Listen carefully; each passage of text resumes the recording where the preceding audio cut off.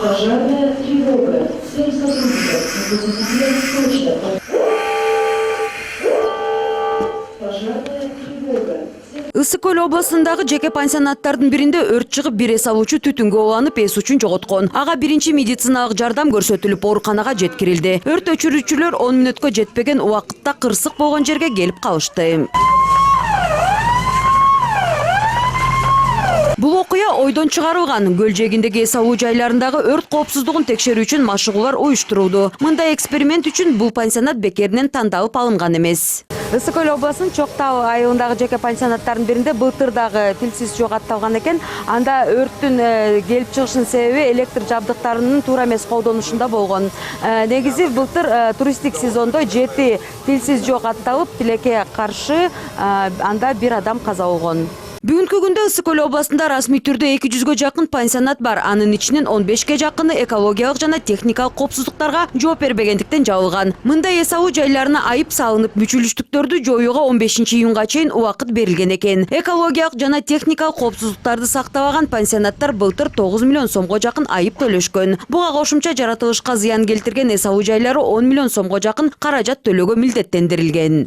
Анан 2016-дан баштап 2017-18 жылдары 14 пансионат ошо экологиялык техникалык коопсуздуктарга жооп бербегендик себептен биз жапканбыз.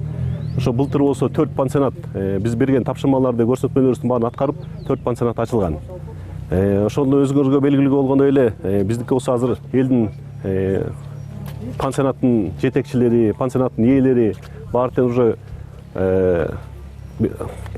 экологиялык шарттарды түзгөнгө баары тең уже кошумчалап бизге жардам берип атышат. Өзлөрү дагы аракет кылып атышат. Мамтек инспекциянын адистери билдиришкендей, азыр Ысык Көл областындагы пансионаттардын 70%дан ашууну гана эс алуучулардын коопсуздугун толугу менен камсыздай алат. Туристтик сезондун алдында адистер техникалык жана өрт коопсуздугунан тышкары көлдүн суусун курамындагы текшеришти. Негизи диапазон ушул негизи көлдүк постоянно 7-8 пределде болот, андан ашпайт. Бул нормальный.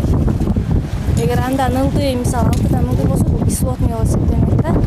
А эгер 8-ден өйдө уже 9-10 болсо уже бул щелочный деген. Ошондой эле пансионаттардын аймагында орнотулган аттракциондордун коопсуздугун сакталышы дагы башка орунда. Бирок аларды текшерүү үчүн Ысык Көл областы боюнча атайын адис жок болгондуктан кырсыктар катталууда. 2 күн мурда 9-июнда балыкчы шаарында батут оодарылып кетип, 4 бала жабыркаган. 3 жаштагы кыздын абалы оор болгондуктан реанимацияга жаткырылган. Батут катуу шамалдан оодарылып кеткен.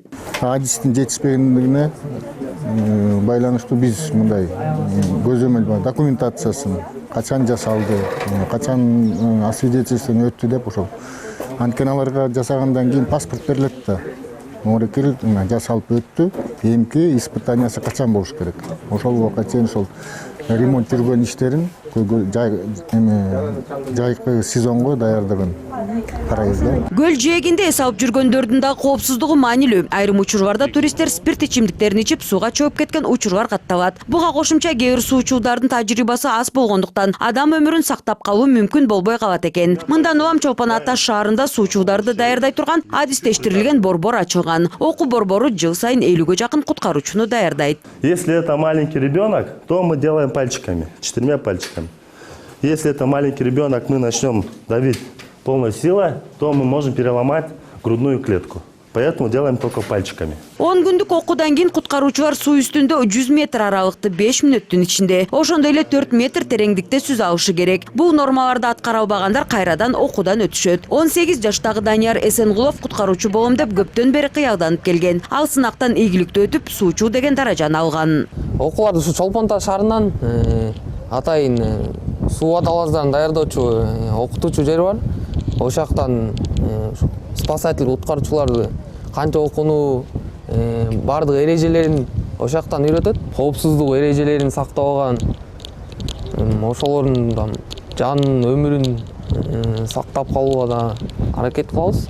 Былтыркы туристтик сезондо 28 адам көлгө чөп кеткен. Быйылкы сезон баштала элек болсо дагы 2 адам каза болду. Негизи коопсуздук чаралары боюнча ар бир пансионатта кеминде 2ден куткаруучу болууга шарт.